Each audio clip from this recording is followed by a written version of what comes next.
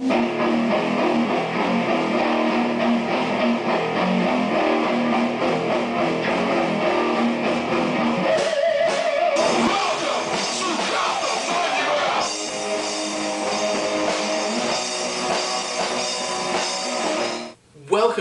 to the second episode of the John Pariah Show. I'm here with Eric Garneau.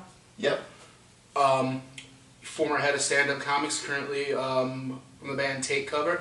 And today we're going to be talking about, movies, comics, just, the fun stuff, the stuff you guys want to hear about. I do want to address a couple things real quick. Thanks to everyone who's checked out the first episode.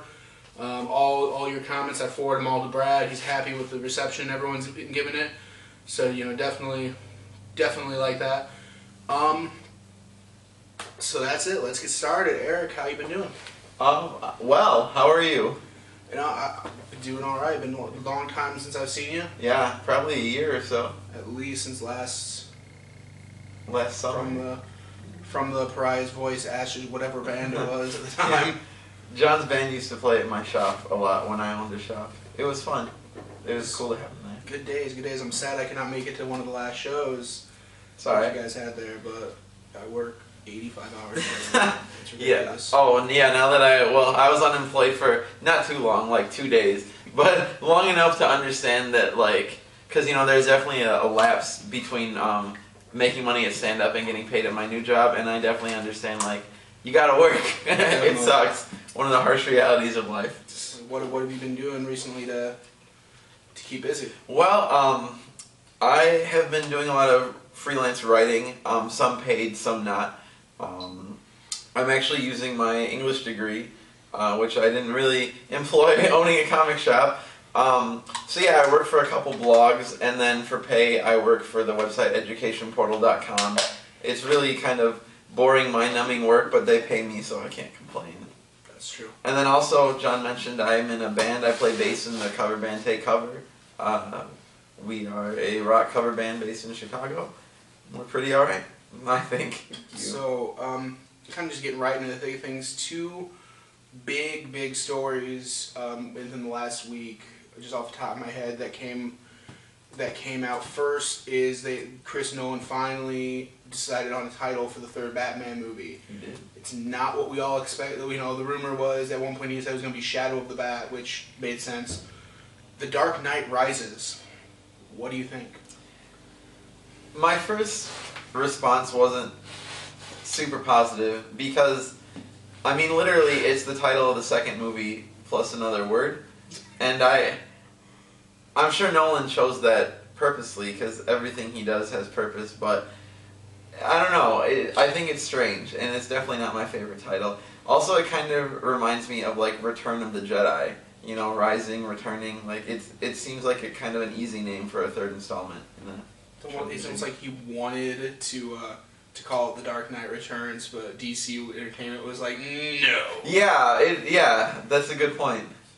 Which I think I would have been happier with that, but the other big part of that was we don't know who the villain's going to be, but we know who it isn't going to be. Yeah.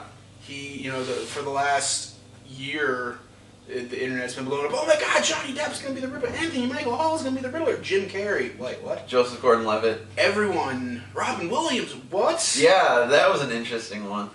Okay. I liked him in Insomnia, which Christopher Nolan also directed. Yeah. So, not out of the realm of possibility, but I wouldn't like to see him as a main villain. But they pretty much guaranteed no Riddler. Yeah. And no one's already thrown out no Man-Bat, no Killer Croc, no Mr. Freeze, none of the crazy characters that really shouldn't be fighting Batman when you think about it. None that would exist in a more realistic take on Batman. So I'd like to see them try to do Hush. Okay. I think they could have set it up. I think if to do it right, they should have maybe laid the groundwork in the last one and tacked on another 45 minutes to the movie, which that would have not been fun, but still. Laid some type of groundwork in the last one, unless they make the one guy whose name I can't remember, who found out Batman's secret. Hugo Strange? No, from the last movie. Reese, Mr. Reese. Yeah, unless they make him Hush, which would actually kind of make sense. See, now I had heard that he might have been a proto Riddler character, because if you look at what they call him, mysteries. So I thought that was maybe leading to Riddler, especially because wasn't that Anthony Michael Hall? It seems like Anthony Michael Hall played the news reporter who the Joker had kidnapped. Oh, okay. And for the whole terrorist letter thing. Ah, okay. Well, I'm pretty sure that was Anthony Michael Hall. Well, then forget that. But yeah, who will the villain be? I mean, I'm not gonna 100% say it's not the Riddler though, because sometimes people lie. I'm pretty sure that no one said Scarecrow wouldn't be in Dark Knight, and he was. True. And I'm pretty sure he's insisted that Two-Face is dead, which I don't believe. You know, I'm pretty sure that Two-Face will show up in the next movie. And isn't Aaron Eckhart on the cast list? Like, I believe he's been... He didn't, like, in the interview that I read, he didn't say any specific cast, but he said, you know, we'll be bringing back all the characters, the whole ensemble will be bringing back, which is good. So, yeah, I think maybe in an interview with Eckhart, he hinted that he might be involved in the third movie, but because there will be a new villain in there. My first instinct is actually to say Mr. Zsasz. The only reason being that lately between the comics Streets of Gotham and between Arkham Asylum and the video game, Zsasz has kind of come to like he's more popular now. I feel like, like I had never heard of him before a couple of years ago, and now he's kind of all over, and he would fit well, I think, in the Nolan universe as just a psycho killer who, puts tally marks on his body every time he kills someone. How would you Nolanize a Batman character? And one of the biggest recurring suggestions is bring in the Mad Hatter, but kind of make him like a child predator kind of. Oh yeah, with an Alice yeah. in Wonderland kind of gimmick. Oh, that's good. Would be something that I could definitely see Chris Nolan do, and I think if they went narrow, that might really, really push the boundaries of what Warner Brothers wants, because it's not going to be rated R. That's true, but I mean, Dark Knight was fairly violent psychologically, if not so much physically. Like, I wouldn't want kids to see that movie, I did. Madison my daughter's 2 years old, and she's seen The Dark Knight twice, I think. Once she was still in Karen's stomach, so I don't know if that really counts. But yeah, see, and I also think you could do that with Mr. Freeze if you take away the cold suit, or maybe you don't even have to take it away, but take away the extreme, like Don't cast Arnold. Yeah, that's a good start. Don't cast Arnold, but he could be a scientist who's like obsessed with cryogenic freezing. Bring in the Wife story, the animated series used so well, where his wife has some degenerative disease. He needs her to be frozen so he can work on finding a cure. I mean, I think you could do it if you... I mean, don't give him, like, the henchmen in the winter coats and stuff, like all that stupid Batman 60s TV show. But I think Freeze could work. He could, but, so, I mean, it's definitely interesting. Just a Batman, and, since I did bring up The Dark Knight Returns, someone who has said, and I didn't think about this until now I said that, someone who has gone on record of saying they would like to direct The Dark Knight Returns. Zack Snyder just got another gig with DC. Working for Christopher Nolan, in fact. Which, on Superman, which I'm kind of mad that they're not just going to make the next Superman movie Smallville, and they're doing another reboot, which just seems kind of redundant since you're finishing up a 10-year running TV show that did all of that already. Yes. Horribly, but did that all already. And Returns was half a reboot. If it had been a good movie, it might have stuck as a reboot. But they're just like, not Zack Snyder.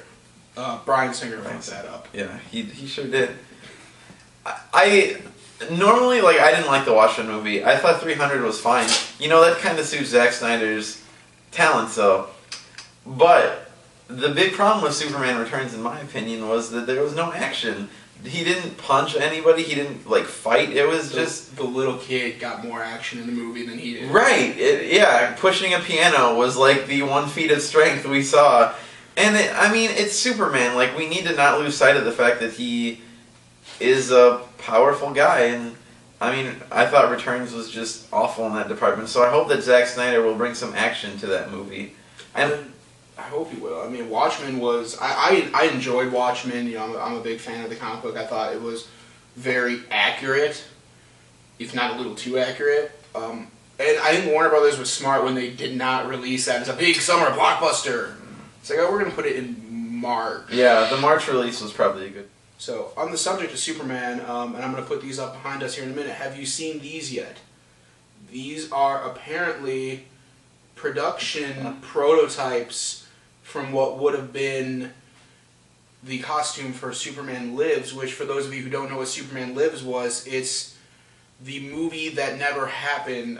Tim Burton was attached to direct a Superman movie. Nicolas Cage was at one point set to star. Kevin Smith had wrote a draft of the script. And like I said, I'm going to put the pictures up. You know, you can see them all right here and everything, but I got your thoughts on this. I mean, that logo looks pretty awesome, but besides that, I mean, really, what the hell? It's pretty ridiculous. I've heard what that movie might have entailed, and I believe at one point the producer from Wild Wild West was attached to it. Yeah, and John Peters. Yes, John Peters. And he made demands like Superman's suit would like come out of his rocket ship, like it would be hidden away in his rocket, and it would like swirl around him when he needed to get into his super suit, and the powers would be built into the suit. He truly wanted a mechanical spider to fight Superman at the Fortress of Solitude, because that wasn't enough in Wild Wild West. He had to put in a Superman movie. According to Kevin Smith's story, I think it was. I think it was not. He wanted Superman to fight Polar Bear, or Brainiac to fight Polar Bear. Okay. And the mechanical spider was like somewhere in the third act, and Kevin Smith is just like, what? Why? Who? No? It's insane. I mean, that would have been a bad movie. It might have been more interesting than Superman Returns, but it wouldn't have been good. Definitely. I mean, Quest for Peace is more interesting than Superman Returns. Right, yeah. That was 2 hours of Christopher Reeves throwing nukes into the sun. Well, the interesting thing about Quest for Peace is that's almost the only Superman movie with a real supervillain. Like, unless you count General Zod, you know. That's true. Nuclear Man is a supervillain. Which, you know, not Kevin Smith, Zack Snyder has said that currently Zod is planned as the villain, with, I guess, Luthor having a minor role, which is good because I'm sick of Lex Luthor. Yeah, and his real estate schemes. Yeah. Good Lord, how many times will he get...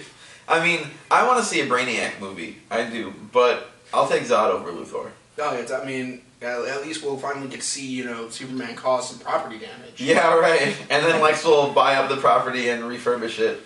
I can just imagine Bruce Wayne, every time Superman gets in a fight, he's like, God damn it. Yeah. Why do we get another grant from the Wayne Foundation? Bruce Wayne is Superman. Wait, that doesn't make sense. Batman? No, never. But, you know, I mean, I'm definitely looking forward to what he has to do. I'm definitely also looking forward to the next Chris Nolan Batman movie, which, I mean, assuming, as long as Dark Knight Rises does not fail miserably, which it won't, he'd have to try to make that movie fail. You know, I recently watched all of Christopher Nolan's movies, and he hasn't made a bad movie.